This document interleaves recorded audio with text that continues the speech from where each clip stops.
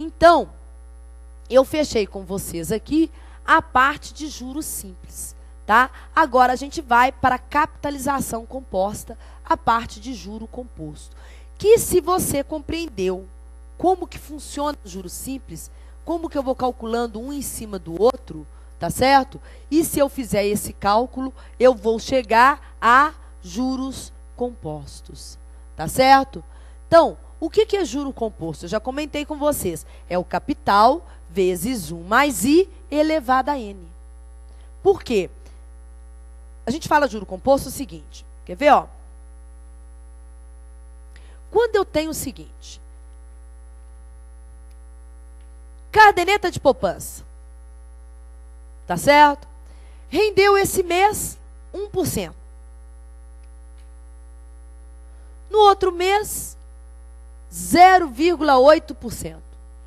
No outro mês, 1,2%. Tá? No outro mês, 1%. Qual é o rendimento nesses 4 primeiros meses da caderneta de poupança? No primeiro mês foi 1%. Então, o seu dinheiro está valendo 101%. No segundo mês foi 1,2%. Então, seu dinheiro está valendo 101,2% de 101. Depois foi 0,8%. Então, vai ser 100,8% de isso tudo ali. E por último foi 1% de novo. Então, é 101% disso tudo aqui. Dia vezes. Então, o que você vai fazer? 1,01 vezes 1,012, é só andar com a vírgula duas casas, vezes 1,008 vezes 1,01. Quando você fizer este cálculo, tá certo? Deixa eu fazer ele para vocês. Vai dar 1,01 vezes 1,008 vezes 1,012. 4, deixa eu anotar aqui, cadê o pincel que está na mão? 1,405,9.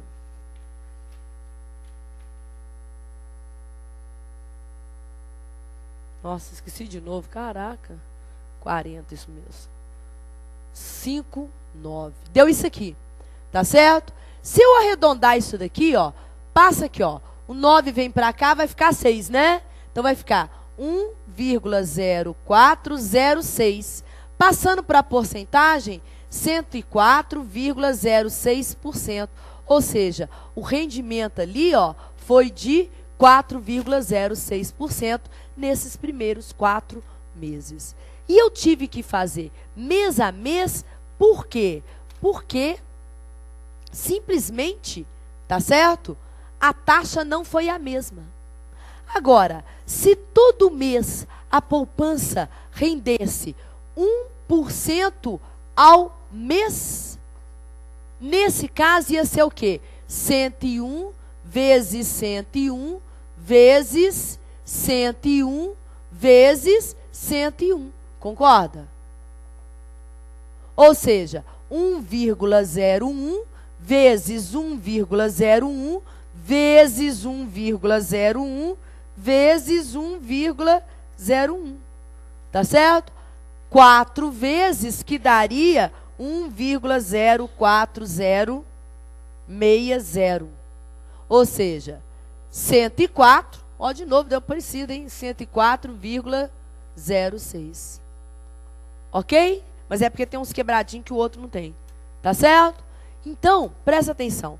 Quando é a mesma taxa, eu consigo montar uma fórmula. Que é a fórmula que eu mostrei para vocês, a gurinha mesmo. Tá? Pode deixar ali que eu vou apagar aqui.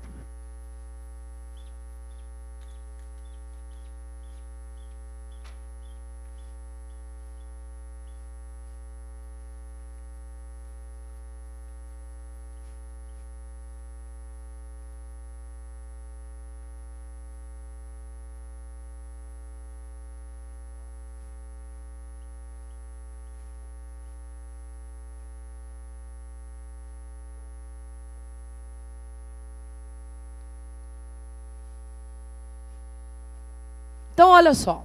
O que eu vou fazer com vocês agora? Capital, montante é capital vezes 1 mais I elevado a N. Onde o C é o capital, o I é a taxa unitária, o N é o número de períodos de capitalização e esse 1 mais I elevado a N é chamado de fator de capitalização. E é ele que costuma vir tabelado na prova. Esse dado de 1 mais I elevado a N, normalmente vem na prova para vocês. Vocês não têm que fazer esse cálculo, tá certo? Por isso que é importante você saber que o nome dele é fator de capitalização.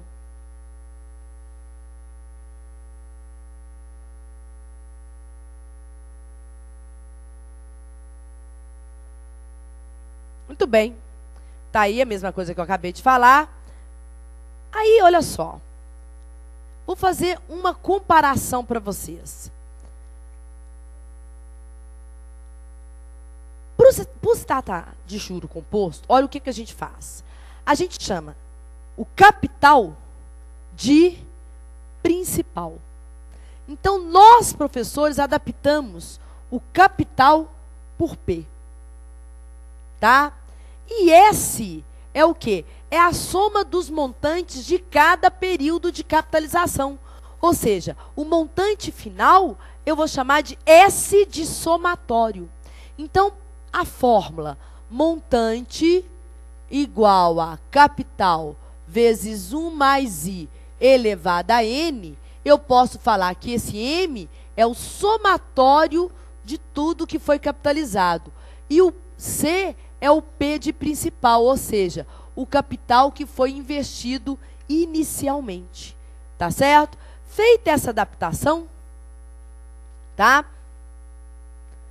Eu consigo fazer o seguinte. Olha só. Se eu quero o valor futuro, eu faço isso daqui. Se eu quero o valor atual, eu pego esse cara e passo para o lado de cá. Então, o valor presente, o valor atual, vai ser o valor do futuro regredido para a taxa atual. Aí, olha só.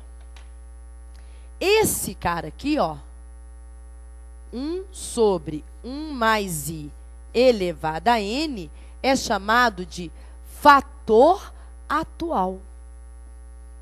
Tá certo? Fator atual de pagamento, fator atual do principal, o que você quiser. Tá certo? Enquanto o 1 mais I, tá certo? É chamado de fator de capitalização. Ó. Volta lá no mais I, ó.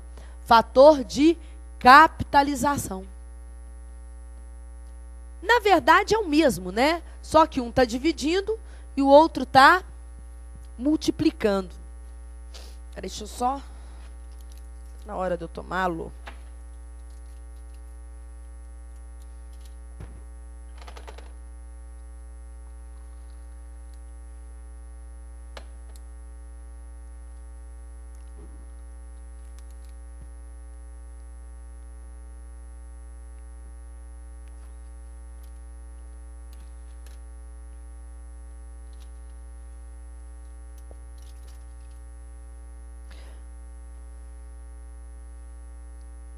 Muito bem.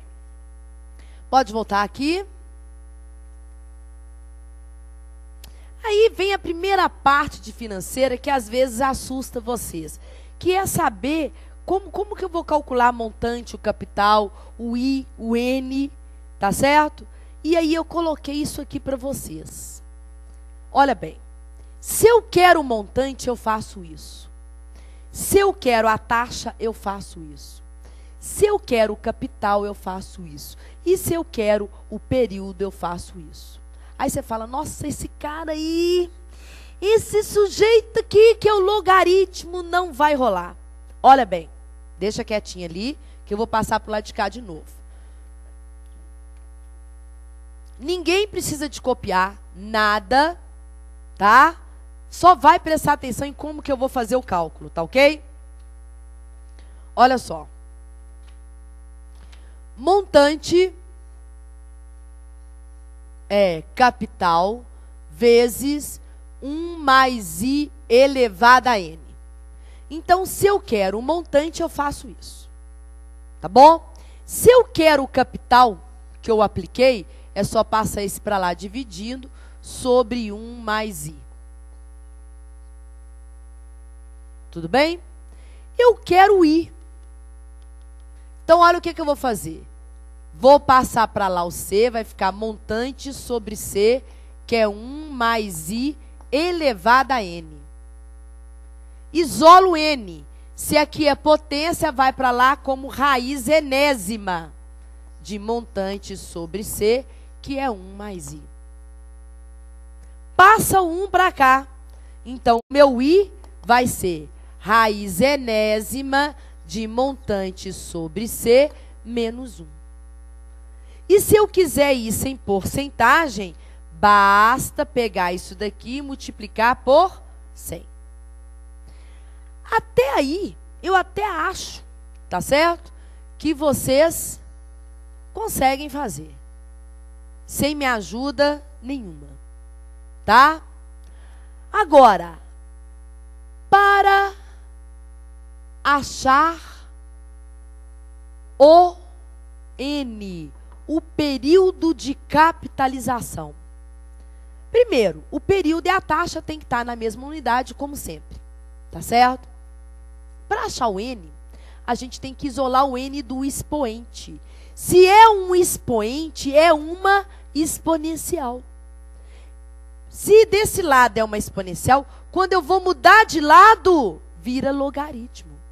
Por quê? A operação inversa de uma exponencial é o logaritmo. Então, eu tenho que isolar o N. Para isso, eu tenho que ter em mente a ideia de logaritmo. E logaritmo não é isso que você está pensando. Não é um porre. Logaritmo é uma conta apenas. Só isso. Então, olha bem. Não copie, eu prometo que deixo você copiar. Prometo, Belém do Pará. Prometo, Natália, eu não apago antes. Prometo. Tá joia? Então, ó, relembrando.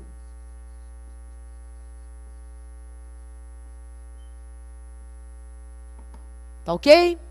Só relembrando. Se eu tenho 2 elevado a x, que é igual a 3, eu não consigo fatorar o 2 nem o 3 para colocar na mesma base. Eu não consigo. Todas as vezes que isso acontece, o que eu faço? Se eu não tenho como fatorar para igualar, então eu faço uma coisa que a gente chama logaritmar. Tá certo? Então eu passo log dos dois lados. Vai ficar log de 2 elevado a x e log de 3. Se é expoente, vai para frente. Então, vai ficar x vezes log de 2, que é igual a log de 3. Então, x é log de 3 dividido por log de 2. Esta é a ideia de logaritmo. Tá certo? Aí, olha bem. Se eu tiver o seguinte, 5 elevado a x é igual a 6. Dica, para você não preocupar com isso aqui. Só que é uma dica assim, acochambrada, sabe? É uma dica que se tiver algum professor de matemática vai rir de mim, mas funciona. Tá certo? Cara, vem cá, ó. Isola o x. Se você isolar o x, o 5 vai para lá, não vai?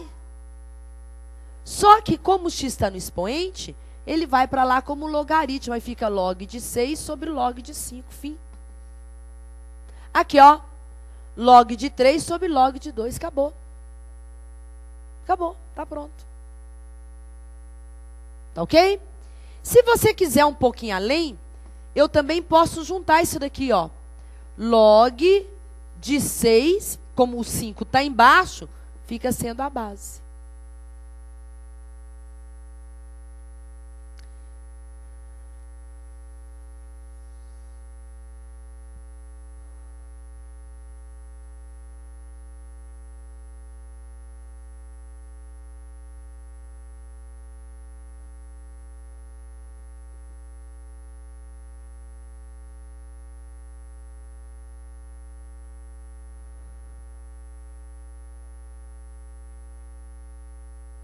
Não, estou em juro composto ainda. Pode copiar que eu vou deixar quietinho.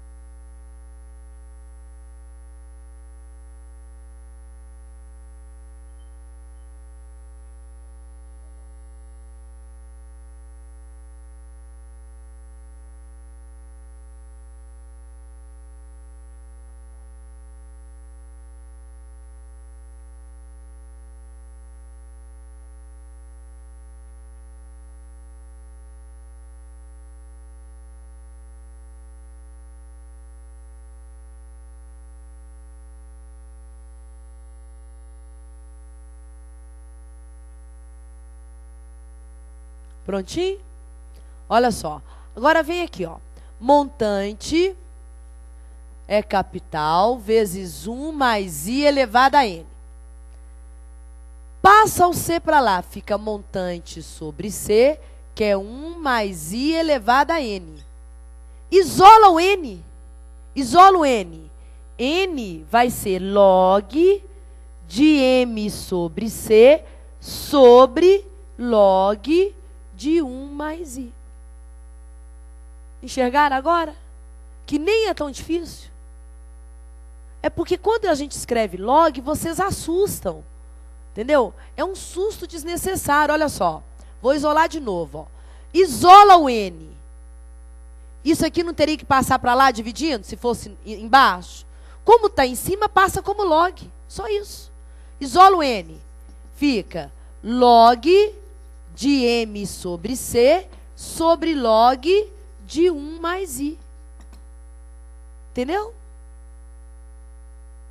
É só isso. Tá? Pode deixar aí que eu vou apagar o lado de cá.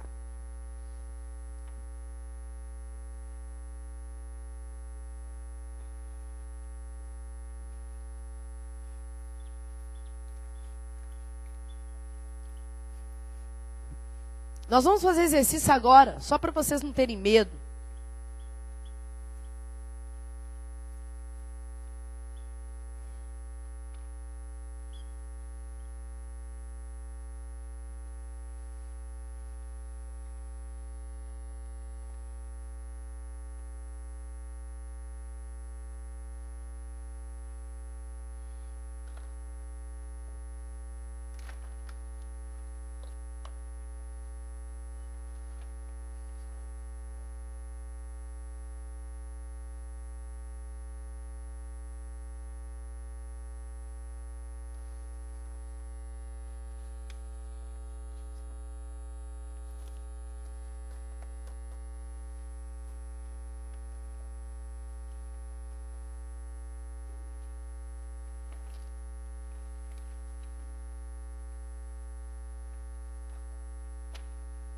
Muito bem, deixa eu só virar aqui, não tem problema, deixa eu pegar da caixa que eu quero mostrar para vocês.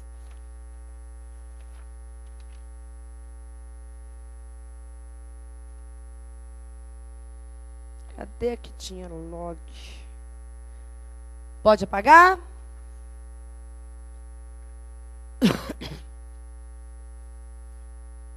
Olha bem agora, presta atenção ali no slide. Prova de... Ó, questão de fiscal. Garanhuns, um beijo para Garanhuns. Uma loja vende um aparelho de televisão por R$500 à vista ou então a prazo com 20% de entrada, mais uma parcela de R$440, 2 meses após a compra. A taxa mensal de juros compostos do financiamento, na forma decimal, é dada por... Tá certo? Então, é a questão 12. Vamos colocar lá? Então, olha só. Uma loja vende um aparelho de televisão por R$500 à vista ou então a prazo com 20% de entrada, mais uma parcela de 440, 2 meses após. Então, olha só, à vista, ele custa 500, na data zero. Ou você dá 20% de 500, R$100 de entrada e paga uma parcela de 440, 2 meses após a compra. Ele quer a taxa mensal, tá certo? Muito bem. Vamos pensar? Na verdade, ele não está pagando R$500. Na verdade, ele está pagando o quê? 500 menos 100, porque ele deu 100 de entrada. Então, na verdade, ele está financiando R$400. Certo ou errado? Tudo bem? Vezes 1 mais I do primeiro mês. Porque cada vez que eu vou, eu multiplico por 1 mais I. Não é isso? Tudo bem? Então, é vezes 1 mais I, 2 vezes. Que tem que dar 440. Certo ou errado? Então, faz isso aqui, ó. 400 está multiplicando, passa para lá dividindo. 1 mais I ao quadrado é igual a 440 dividido por 400, que é 1,1. Certo? Então, é isso mesmo? 1,1? 44 por 4 é 1,1. Não é isso? Então, 1 mais I ao quadrado é igual a 1,1. Isola. Passa o 2 para lá e ele vira raiz, não é? Se eu passar o 2 para lá e não vira raiz quadrada, então vai ficar o quê? 1 mais I é igual a raiz quadrada de 1,1. Então, I vai ser o quê? Raiz quadrada de 1,1 menos 1. Que se eu transformar aqui mais um pouquinho, ó, 1,1 a raiz quadrada é 1,1 elevado a meio, porque a raiz quadrada é elevar a meio. Menos 1 é a resposta correta. Entendido? Pode copiar.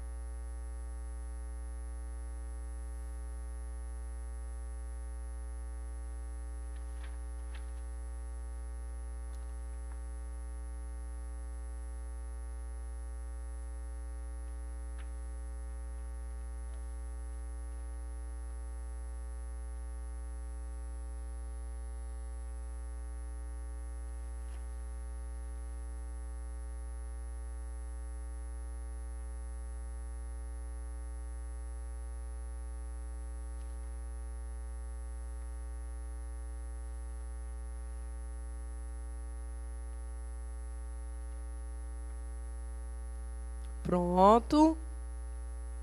Próxima. Em 1998, um fundo de investimentos rendeu 25%. No acumulado de 98 a 99, este fundo rendeu 48%. Podemos afirmar que em 99 ele rendeu, então, ó, Londrina, Londrina, Londrina, Londrina. Espera aí.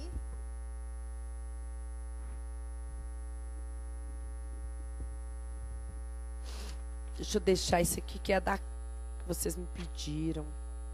Essa também.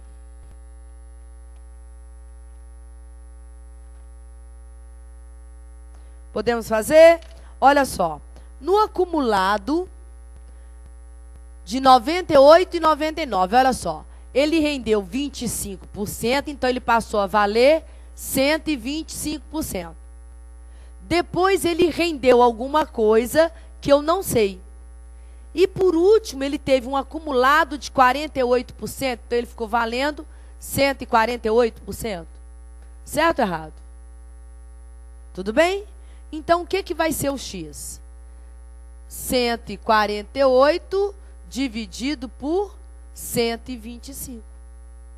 Ou, se vocês preferirem, 1,48 por 1,25. Que vai dar 184, que é aproximadamente 118,4, ou seja, entre 18% e 19%. Tá ok? Deixa aí que eu vou apagar o lado de cá.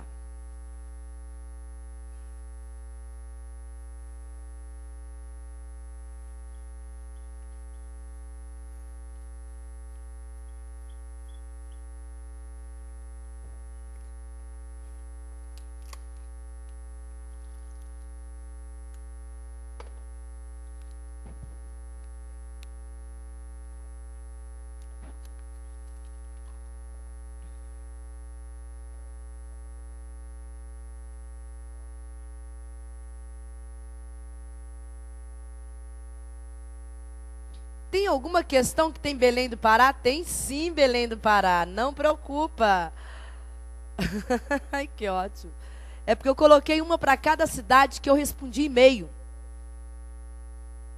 Então, eu fui respondendo e-mail essa semana, os e-mails que eu respondi essa semana, os e-mails que eu respondi. Aí eu fui colocando uma para cada cidade.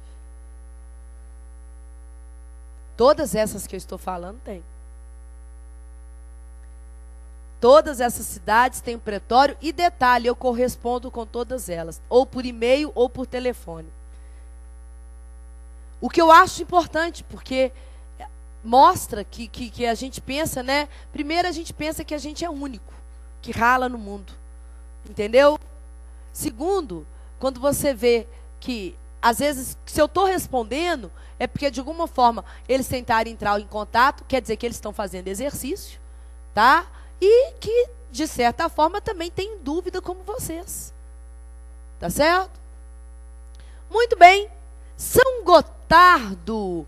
Um capital é aplicada a juros compostos a taxa de 20% ao período durante 4 períodos e meio. Obtenha os juros como porcentagem do capital aplicado, considerando a convenção linear para cálculo de montante. Considere ainda o que está escrito aqui. Aí você vira para mim e fala assim: que diacho é esse de convenção linear ou convenção exponencial? Aqui está escrito linear. Calma aí, não copia ainda não, deixa quieto. Aí depois eu coloquei, cadê a exponencial? Aqui, ó. Convenção linear também. Cadê a exponencial? Está aqui na frente.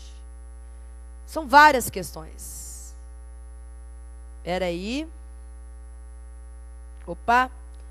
Deixa eu pegar aqui. Pode jogar aqui para mim, fazer favor. Achei. É porque eu inverti. Convenção linear e convenção exponencial. Presta atenção. Tem uma diferença. E o porquê da diferença? Para ser sincera, na prática, o que é feito é a exponencial. Em valores aproximados, eu consigo calcular, sem calculadora, a linear. Entenderam? Então, a nível de prova, a nível de sala de aula, se você não pode usar calculadora, eu te cobraria linear. Porque se eu te cobrar exponencial, eu sou obrigada a dar todos os dados para resolver uma exponencial. Entenderam?